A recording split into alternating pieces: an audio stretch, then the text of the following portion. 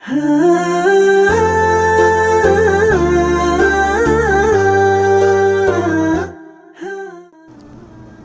اللہ والصلاة والسلام علی نبینا محمد وعلی آلہ واصحابہ اجمعین۔ آج ہم بات کرتے ہیں قرآن سے، اللہ تعالیٰ کی کتاب سے، آدم علیہ السلام کی پیدائش یعنی تخلیق آدم علیہ السلام۔ بسم اللہ الرحمن الرحیم۔ یا آدم علیہ السلام کے پیدا ہونے سے پہلے مطلب کچھ باتیں کرتے ہیں۔ بسم اللہ الرحمن الرحیم۔ حدیث سے ہے کہ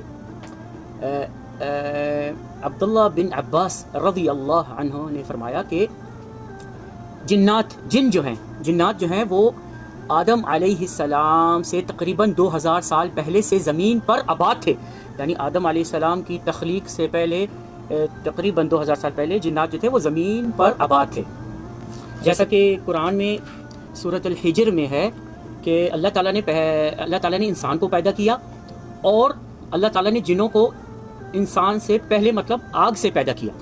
تو جنات جو تھے وہ جیسے کہ ہے کہ تقریباً 2000 سال پہلے سے آدم علیہ السلام کے پیدا ہونے سے پہلے سے 2000 سال پہلے یعنی زمین پر آباد تھے۔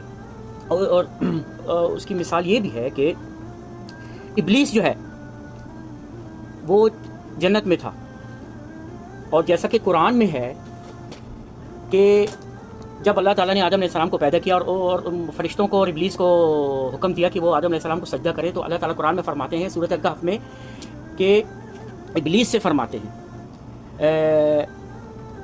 اور اللہ تعالیٰ کہتے ہیں، اللہ تعالیٰ فرماتے ہیں اور جب ہم نے فرشتوں کو حکم دیا کہ تم آدم کو سجدہ کرو تو ابلیس کے سوا سب نے سجدہ کیا، یہ جنوں میں سے تھا۔ اس کا کیا مطلب ہے کہ جو ابلیس ہے وہ جن تھا، یعنی جنوں میں سے تھا۔ تو یہ بھی ایک ثبوت ہے کہ وہ انسان سے پہلے مطلب جنات موجود تھے۔ قرآن سے ہے یہ سب کچھ، تو اس کا ثبوت ہمیں قرآن سے ملتا ہے کہ جنات جو ہیں وہ جو ابلیس ہے وہ بھی جن ہے۔